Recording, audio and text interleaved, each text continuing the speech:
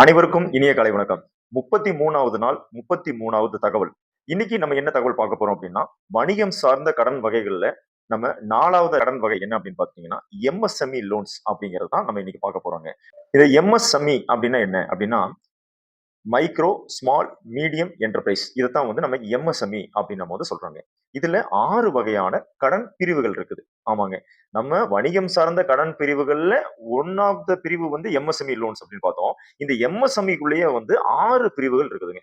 அந்த 6 பிரிவுகள் என்ன அப்படின்னா, முதல் பிரிவு பிஎம்இஜிபி அப்படின்னு சொல்றதுங்க. Prime minister employment generation programme அப்படிங்கிறது முதல் வகை.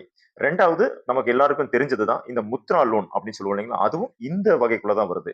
அது மூணாவதான விஷயம் வந்து பாத்தீங்கன்னா சிஜி டிஎம்எஸ்இ அப்படின்னு சொல்லுவோம். அதாவது credit guarantee fund trust for micro small enterprises, இதுவும் இதுக்குள்ள வருது.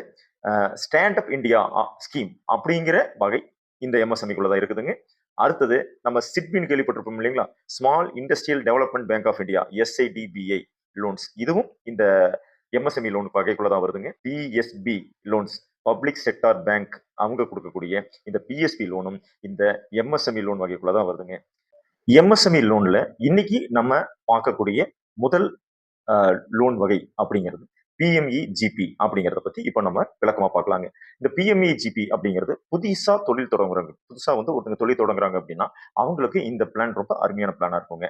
இப்போ ஒரு மேனுஃபேக்சரிங் சம்பந்தமான ஒரு மிஷினரிஸ் வச்சு ஒரு தொழிற்சாலை ஆரம்பிச்சு ஒரு பொருள் தயாரி பண்றாங்க அப்படிங்கிறப்போ 25 லட்சம் வரைக்கும் வந்து நமக்கு வந்து லோன் கிடைக்கிறதுக்கு வாய்ப்பு இருக்கு. இதே வந்து ஒரு சேவை சார்ந்த ஒரு சர்வீஸ் லைன்ல இருக்கக்கூடிய நீங்க வந்து ஒரு தொழில்கள் ஆரம்பிக்கிறீங்க அப்படின்னா 10 லட்சம் வரைக்கும் நமக்கு வந்து லோன் கிடைக்கிறதுக்கு வாய்ப்பு இருக்குதுங்க.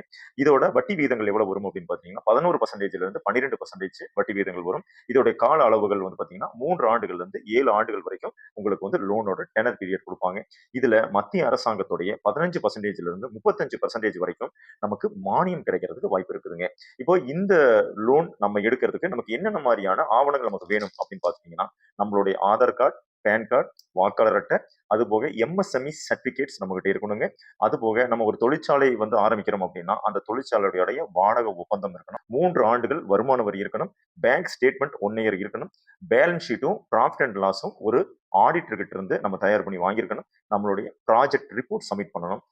பிசினஸ் பிளான் என்ன அப்படிங்கிறத நமக்கு வங்கிக்கு விளக்கம் கொடுக்கணுங்க.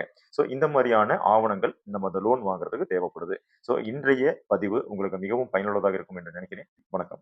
தமிழ்நாடு ஹவுசிங் லோன்ஸ், நெசவாளர் காலனி, பிஎன் ரோடு, புதிய பஸ் நிலையம் அருகில், திருப்பூர்.